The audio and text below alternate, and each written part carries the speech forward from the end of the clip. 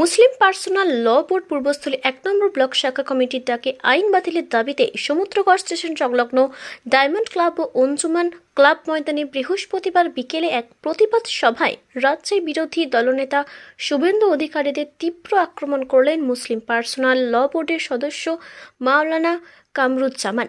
তিনি বলেন, আপনারা তো দেখেছেন, রাজ্যের বিরোধী দলনেতা যখন কোথাও যায় তাকে পুলিশ ধরে রাখতে পারে না, আইন অমান্য করে। মুসলমান ভাইদের দেখে জিহাদি বলে, পাকিস্তানি বলে।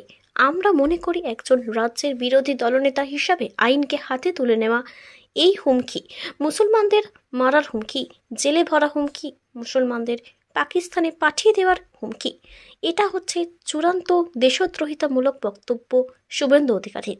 পুলিশ কেন চুরি হাতে নিয়ে থাকে যখন শুভেন্দু অধিকারী হুমকি দেয়? পুলিশ কেন চুরি হাতে নিয়ে থাকে? পুলিশ কেন দুর্বল হয়ে যায়? আমরা জিজ্ঞাসা করতে চাই, শুভেন্দু অধিকারীর জন্য কি একরকম আইন আর কামারুজ্জামানের জন্য কি আর এক রকম আইন? যারা দেশের শাসন মানে সম্প্রীতির কথা বলে, যারা হিন্দু মুসলিম ভাই ভাই বলে, তোমরা তাদের চোখ রাঙাবে।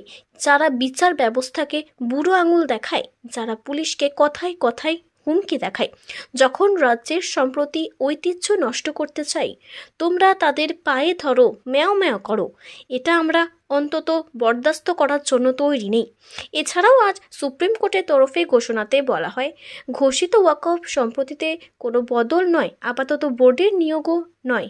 এ প্রসঙ্গে বলতে গিয়ে তিনি বলেন, সুপ্রিম কোর্টে যেটা অবজারভেশন, এটা উপলব্ধি করেছেন, এটা ন্যায়সঙ্গত। এতদিন আমরা সমাবেশ করে এটা বলেছিলাম, সেটাই সুপ্রিম কোর্ট বলেছে। সুপ্রিম কোর্টের রায় আমরা অত্যন্ত আনন্দিত।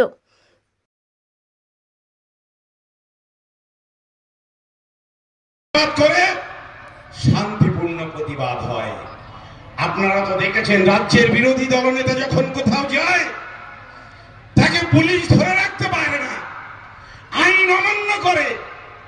মুসলমানদের দেখে জিহাদি ভাই বলে, মুসলমানদের দেখে পাকিস্তানি ভাই বলে, বলে কোথায় আছিস, শিগগিরই আয়, আমি লড়তে চাই। আমরা মনে করি একজন রাজ্যের হুমকি, মুসলমানদের মারার হুমকি, মুসলমানদের জেলে ভরার হুমকি, মুসলমানদের মেরে ফেলার হুমকি, মুসলমানদের পাকিস্তানে পাঠিয়ে দেওয়ার এই হুমকি, এটা হচ্ছে চূড়ান্ত দেশদ্রোহিতামূলক বক্তব্য শুভেন্দু অধিকারী। পুলিশ কেন চুরি হাতে দিয়ে থাকে? যখন শুভেন্দু অধিকারী হুমকি দেয়, পুলিশ কেন চুরি হাতে দিয়ে থাকে? পুলিশ কেন দুর্বল হয়ে যায়?